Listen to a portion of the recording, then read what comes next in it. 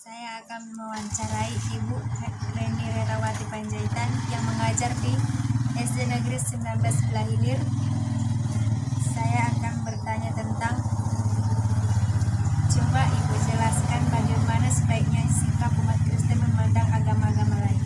Oke, kalau menurut pendapat saya, sikap umat Kristen terhadap agama-agama lain, ya kita harus sopan, harus saling menghargai. Kita tidak boleh memandang mereka rendah. Kita harus hidup rukun, hidup bersama, walaupun kita beda agama. Jangan jadikan agama itu sebagai sebagai pemisah bagi kita dengan mereka. Kita harus memandang, ya anggap mereka itu seperti saudara kita sendiri. Kan Kristus juga mengajarkan harus kita bersaudara, jangan mandang bulu. Kita harus tetap berteman sama mereka. Intinya kita memandang mereka sebagaimana kita memandang saudara kita yang lain. Selanjutnya, bagaimana pandangan, apakah hanya orang yang percaya kepada Kristus yang akan masuk ke dalam surga, atau suatu agama dapat masuk surga? Menurut saya, yang masuk ke dalam kerajaan surga yaitu hanya orang yang percaya kepada Kristus. Di Alkitab kan dicatat, akulah jalan dan kebenaran, tidak ada seorang yang sampai kepada Bapa kalau tidak melalui aku. Itu perkataan Yesus. Tapi tidak ada di situ dicatat agama Kristen yang akan masuk surga. Di Alkitab pun dari Kejadian sampai Wahyu, kalau kita cari, nggak ada dicatat bahwa agama Kristen akan masuk surga. Tetapi semua umat manusia yang percaya kepada Yesus, apapun agamanya, kalau dia percaya Yesus, melakukan apa yang Yesus lakukan, dia akan masuk ke dalam kerajaan surga. Jelaskan bagaimana cara untuk menghargai agama-agama lain menurut Ibu. Oke, cara kita untuk menghargai mereka, ya contohnya nih ya, saat mereka beribadah, kita harus menghargai, ya, dimana kita nggak boleh mengganggu mereka. Nah, kalau ada acara-acara besar mereka, kita mengucapkan juga, contohnya Idul Fitri, selamat Hari Raya Idul Fitri ya. Seperti yang kemarin baru lewat, 2 hari yang lewat, Maulid Nabi Muhammad. Ya, kita ucapkan selamat Maulid, kita saling mengucapkan. Ada tenggang rasa yang terjadi antara kita dan mereka.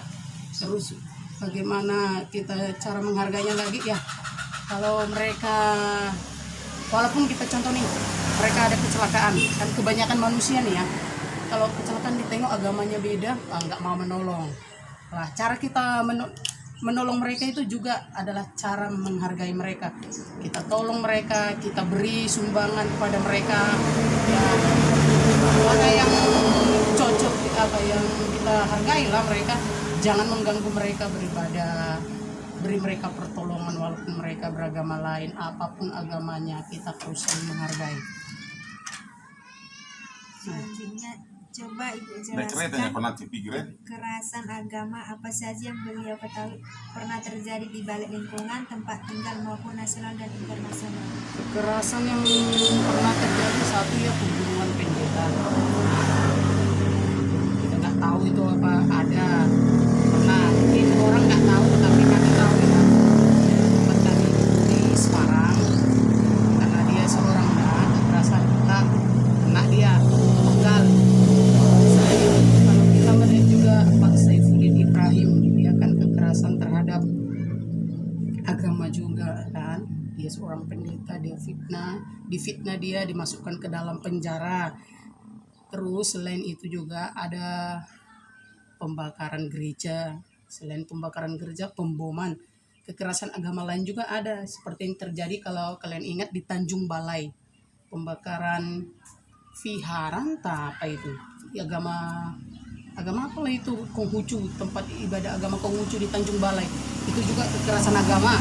Di tempat lain juga ada, kalau kita lihat di secara internasional juga ya, ada juga pemboman gereja, masjid, itu juga kekerasan agama. Kekerasan agama itu tidak hanya terjadi kepada umat Kristen, tapi seluruh umat beragama juga mengalaminya.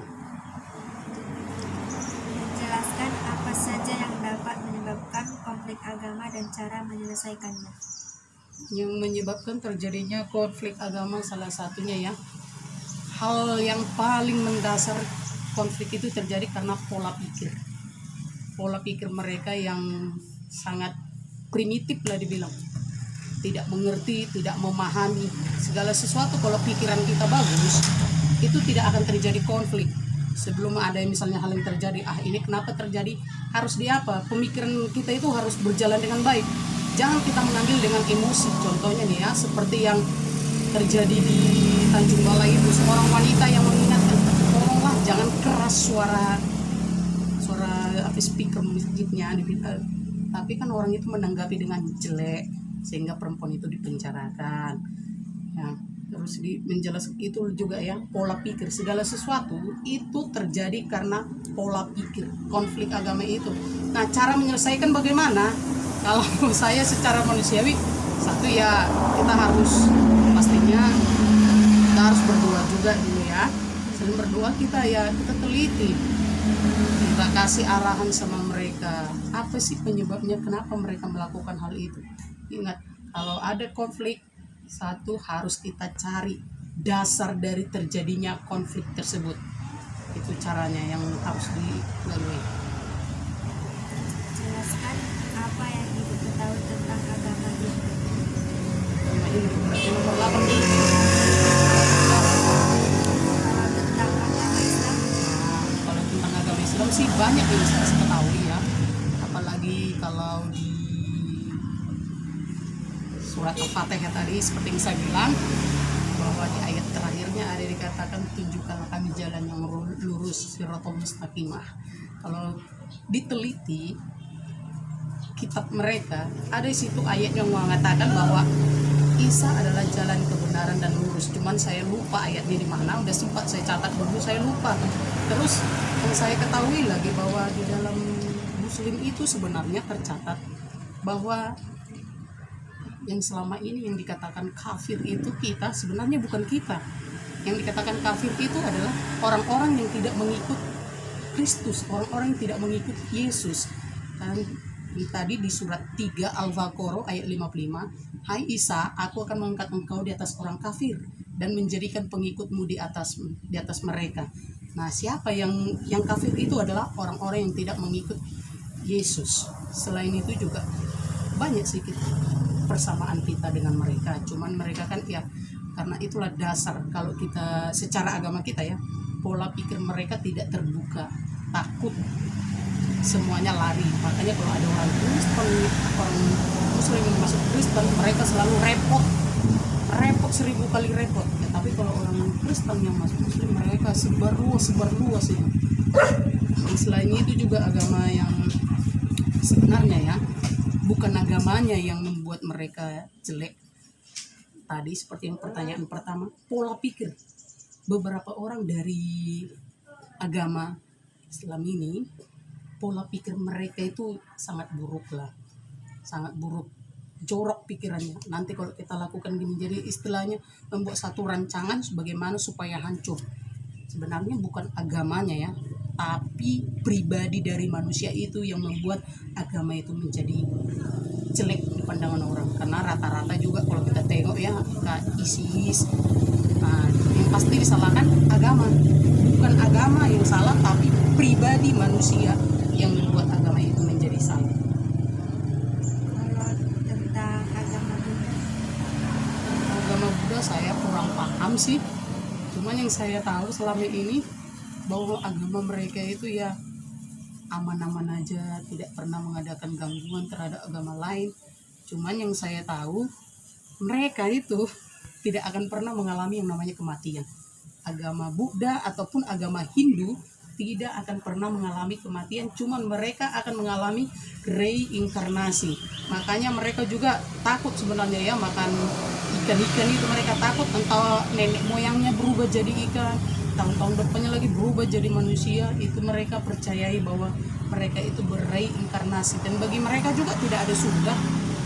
Saya lupa namanya apa namanya, entah apalah namanya surga. Yang penting tidak ada namanya surga bagi agama mereka.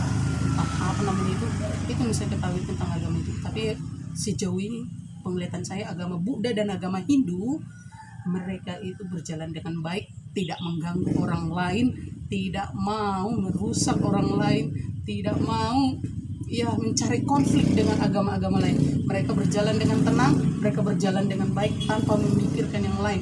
Ya mereka menolong dengan bagus. Soalnya kan di sini juga ada agama Hindu. Kalau kalian tengok ya, ada di Simpang juga agama Hindu. Kulihat mereka itu ya baik, tidak pernah mengganggu agama lain. Itu misalnya. Baik,